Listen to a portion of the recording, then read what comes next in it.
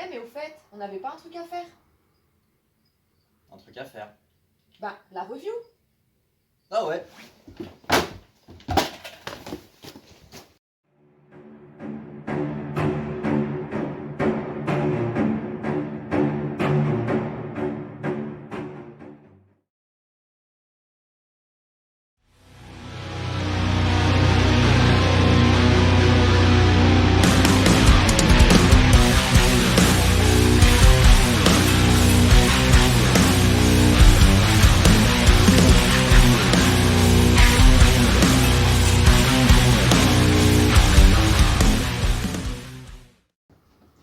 Salut à tous et bienvenue sur la chaîne. Aujourd'hui, on se retrouve pour une petite vidéo review en collaboration avec Airsoft Underground qui nous a gentiment prêté cette réplique et avec la participation de Minou.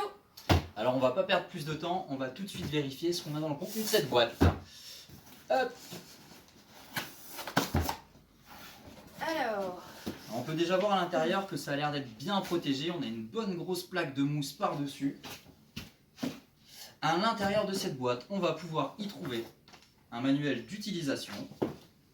il y a une petite pochette avec 5 clés, 2 vis et ça me semble être une patte d'appui. Ça a l'air d'être une patte d'appui en effet. Une patte d'appui et le chargeur type VSR10 avec une contenance de 50 billes. À l'intérieur, on va forcément pouvoir y retrouver la réplique qui, pour le coup, est vraiment bien protégée. Hop. Elle est bien belle. Effectivement, elle est super jolie. Elle est sympa. Bah écoutez, on se retrouve juste après pour parler de cette réplique en détail. La réplique MK13 Mode 7 de chez ASG. C'est une réplique type Sniper Spring donnée pour 1,8 joules, 440 fps à la 0,20. On est sur une réplique qui fait 1235 mm de long cross déplié avec un canon interne de 550 mm. Le tout pour un poids de 4,90 kg en alliage CNC et en polymère. Ce qui est important de savoir, c'est que le réel MK13 Mode 7 est actuellement utilisé par l'unité de tireurs d'élite MARSOC du Corps des Marines des États-Unis. Les particularités de cette réplique sont tout d'abord qu'elle est dotée d'une crosse pliable et que l'appui-joue est réglable en hauteur et sur le côté.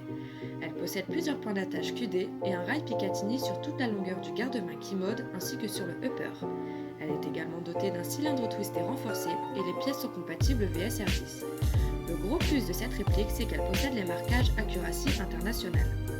Accuracy International Limited est un fabricant d'armes britannique de renommée mondiale, autant pour la grande qualité de ses produits que pour leur haut niveau de performance. Accuracy International est réputé fabriquer les meilleures armes de tireurs d'élite du monde pour leur fiabilité et leur grande précision. Donc on se retrouve pour la partie démontage. On va voir ce qu'il y a à l'intérieur de cette bête. Alors, on va commencer par enlever ce qui sert à rien. Donc, on a ici un chargeur factice. Hop, tac, qui est complètement vide. Ensuite, ici, on a la petite particularité du chargeur. On a juste un bouton poussoir ici pour enlever le cache. Donc, on a le chargeur type VSR qui va venir s'insérer directement ici. Alors, pour démonter cette réplique, on a des petites clés qui sont fournies avec. Et je vois qu'on a aussi une petite patte d'appui qui va servir dans le bloc au pup. Alors, c'est une patte d'appui type concave qui pourrait quand même être vachement intéressant pour des joints type Airop, SOP. On verra ça par la suite. Alors, on va commencer par dévisser cette vis-ci ainsi que celle-là. Je pense que ça va être cette clé-ci.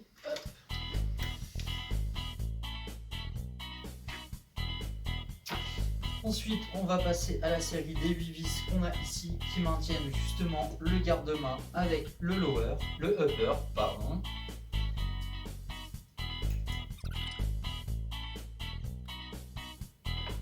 Et maintenant, on va pouvoir enlever la partie crosse. Hop. Ensuite, on va pouvoir enlever le garde-main. Donc, pour enlever le garde-main, on a juste une petite vis ici.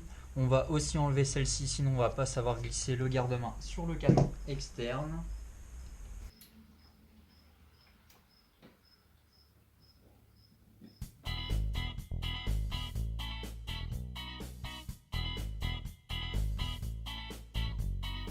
Hop, donc la petite vis devant, la grande vis derrière. On va pouvoir glisser le garde-main. Hop. Ensuite, on va pouvoir enlever cette petite vis-ci qui sert à maintenir le canon externe sur la partie du upper.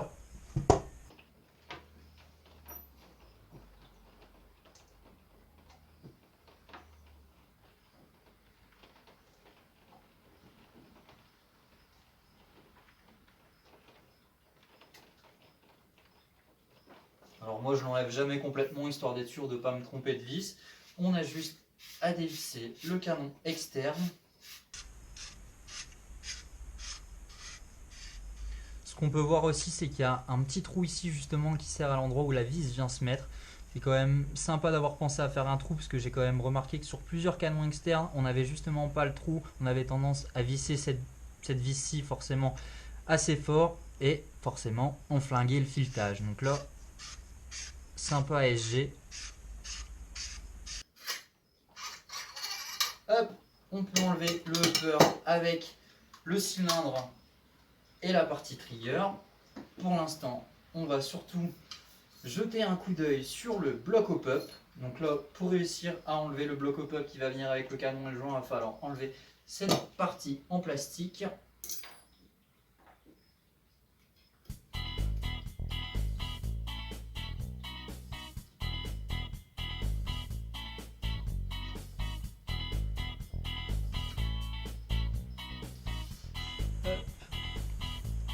Et là maintenant on va pouvoir révéler le bloc au pop avec le canon. Hop, le canon externe. Pour l'instant on n'en a plus besoin. Alors ce qu'on peut déjà remarquer, c'est qu'ils ont pensé à mettre un barrel spacer directement. C'est quand même vachement sympa. On peut voir à l'intérieur du canon. Et ben effectivement, il n'est pas complètement creux à l'intérieur, il a quand même une bonne matière. En fait, quand on voit la largeur du barrel spacer ici, en fait, il correspond exactement avec la dimension interne du canon externe. Hop. Donc ici, on a un bloc au pop type VSR, mais vraiment similaire avec les blocs au pop Action Army. La différence entre les deux, je suis même pas sûr qu'à l'œil nu on puisse la voir. Elle est vraiment, il est vraiment propre quoi. Franchement, je suis quand même assez surpris pour une réplique sortie de boîte d'avoir déjà des blocs pop upgrade. Alors chose qui me paraît un petit peu, qui me surprend, c'est la légèreté. Alors le bloc pop, on sent qu'il fait son poids, il est en acier CNC d'un bloc. Par contre le canon, à vue d'œil, franchement on a l'impression que c'est du plastique. Clairement, ils me font un petit peu penser au canon interne qu'on a dans les MK23 style STTI ou ASG. D'ailleurs, ASG, on a l'impression qu'ils ont des actions dans les canons noirs typés un peu plastique. Je vous rassure, c'est pas du plastique, hein, mais ouais, c'est très léger. Donc à voir sur la durée si ça tient la route. Bon, au vu des perfs, parce que bon, la réplique je l'ai quand même testé avant, les perfs en sortie de boîte c'est quand même assez hallucinant. Donc on va démonter ça et on va voir ce qu'il y a à l'intérieur du bloc au pop. Donc pour démonter le bloc au pop, on peut voir qu'on a des petites ouvertures ici. Donc on va avoir une vis de chaque côté, ce qui va nous permettre de libérer justement la bague de centrage du canon dans le bloc au pop. Donc on va y aller tranquillement. Alors c'est pas la peine de desserrer les vis complètement, on peut les laisser sur le bloc, ça évite déjà de les perdre. Hop. Alors, tac. Est-ce qu'il y a du jeu? Voilà. Donc la bague, on va pouvoir la sortir. Hop. Donc on a une bague qui est quand même assez longue. Et normalement, on devrait pouvoir sortir le canon avec le joint. On va toujours y aller tranquillement, ça sert à rien d'y aller comme un bœuf, à moins qu'on ait envie de tout arracher. Hop. Voilà. Alors ici, on a un joint transparent de type GBB VSR. Hop, façon, on peut le voir au niveau du canon. On a une fenêtre qui est ouverte. Alors, au niveau du joint, bah, c'est plutôt pas mal, hein. Quand on regarde à l'intérieur, on a une patte d'appui de type bridge. C'est plutôt sympa. C'est ce que beaucoup utilisent sur leur snipe. Et franchement, avoir la portée qu'il avait en sortie de boîte, je suis pas étonné de retrouver ce style de joint là. Donc on a un joint de type bridge. J'espère qu'on le verra bien à la caméra. La forme est légèrement, donc c'est un rectangle qui part un petit peu en triangle, ça fait un petit peu penser à des pattes d'appui style Maple Leaf, mais en quand même beaucoup plus large. Ouais, c'est plutôt sympa. Il est assez souple. Je pense que c'est le genre de joint qui fonctionne bien en hiver. Nous, on les a testés, la semaine dernière, donc il faisait quand même relativement froid. On avait des températures négatives le matin. Et franchement, aucun souci, hein, que ce soit la première bille ou les autres, ça filait droit directement, sans problème. Toutes les billes prenaient bien l'effet du hop-up et de manière régulière. Donc ça, c'est vraiment un gros plus.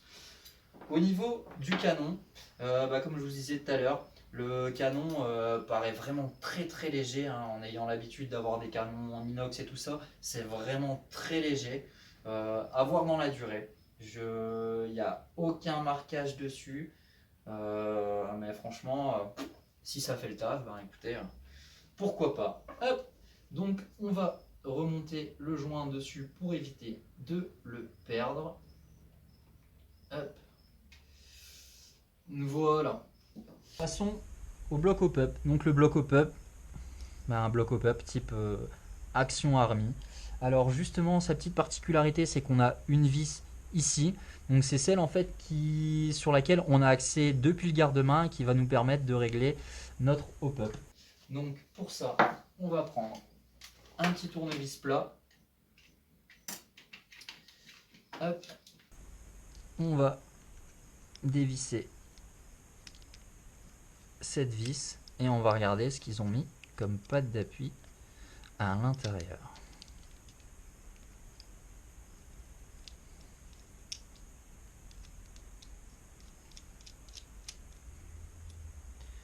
Hop.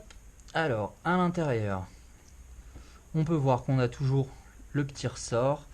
Et je vois une petite patte d'appui à l'intérieur qui m'a l'air d'être vachement sympa.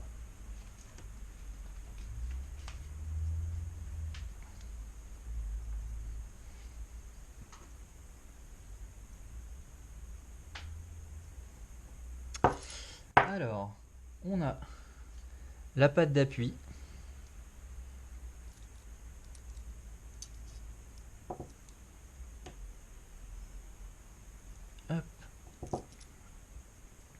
Alors ici on a la petite patte d'appui qui vient à l'intérieur, donc on peut voir qu'ici on a une partie qui est légèrement recourbée.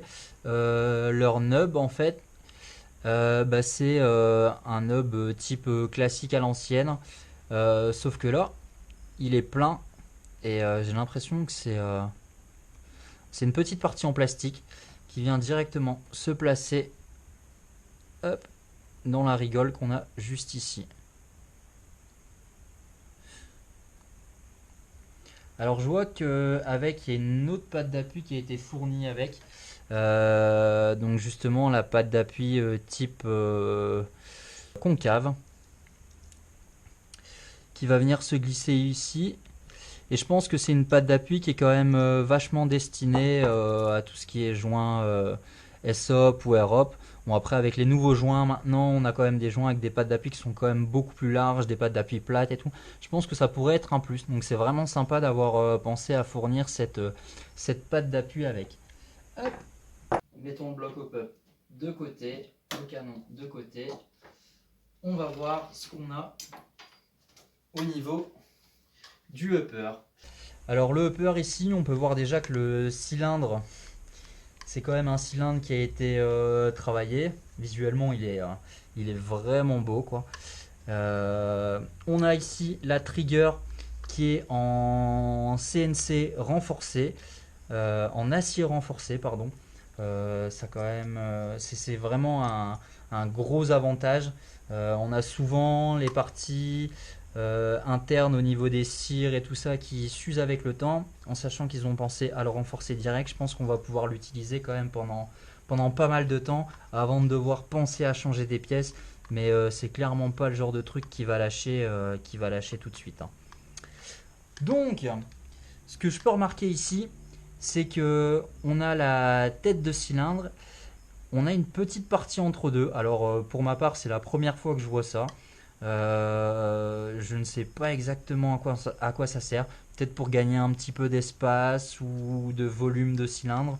On va démonter ça et on va voir ce qu'on trouve à l'intérieur.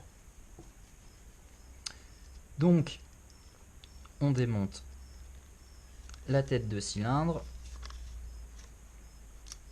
Hop. Alors là, j'ai les deux parties qui viennent avec. Donc là, on va accéder directement au piston. Donc le piston, qui est vraiment joli. Il est assez léger. Il est fait en un bloc CNC aussi, pareil. On peut retrouver les deux petites bacs pommes qui vont justement permettre au piston d'être dans le cylindre et d'être toujours de manière bien alignée. Ça, c'est vraiment chouette. On a justement la tête de cylindre ici qui est percée. Alors on peut voir, si on enlève le joint, que les trous correspondent. Donc les trous viennent juste en dessous de la bague, enfin du joint.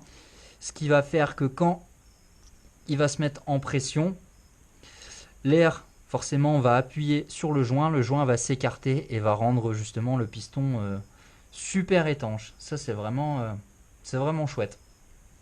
Hop.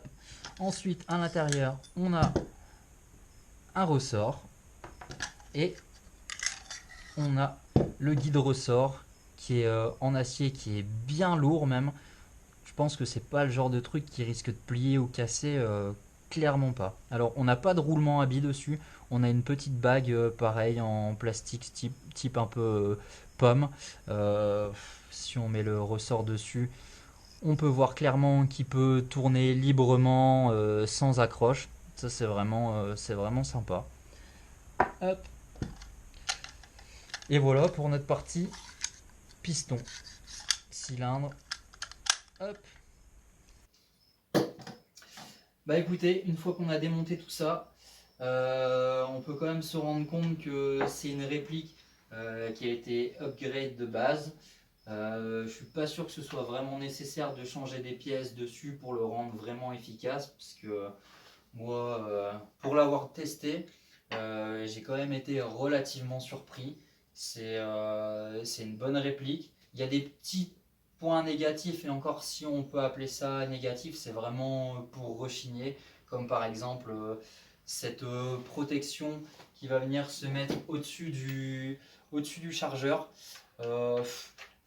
Alors oui, on peut rechigner par rapport à ça. On perd un tout petit peu de temps quand on doit faire un changement de chargeur. Mais je peux vous dire que là, la réplique est neuve. Forcément, on sent que ça accroche un peu. Je pense qu'au bout de 2-3 utilisations, ça fit direct sans problème, hein. On peut voir que quand on appuie sur le bouton, on galère pas à le sortir. Et pour le remettre dessus, ça vient normalement se clipper directement. Bon là, je vous dis, la réplique est neuve, donc forcément, il faut lui filer un petit coup de pouce.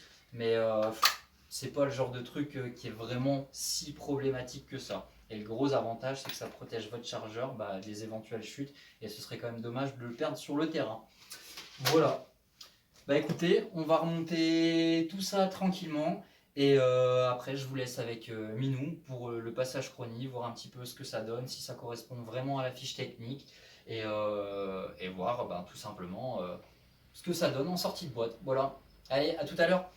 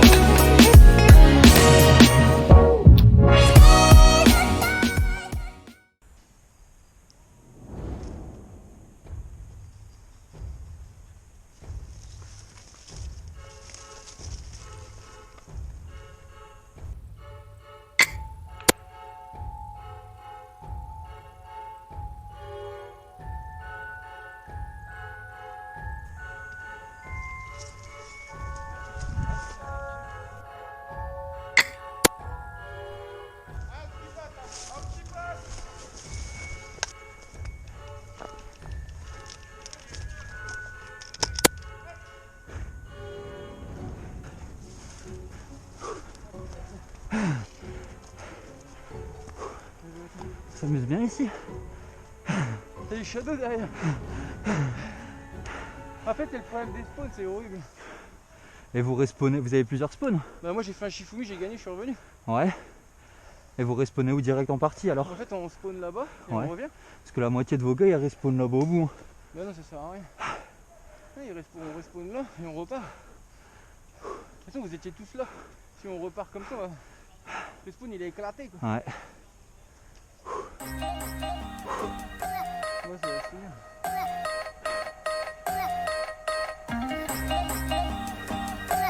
Bon. Ouais, c'est bien.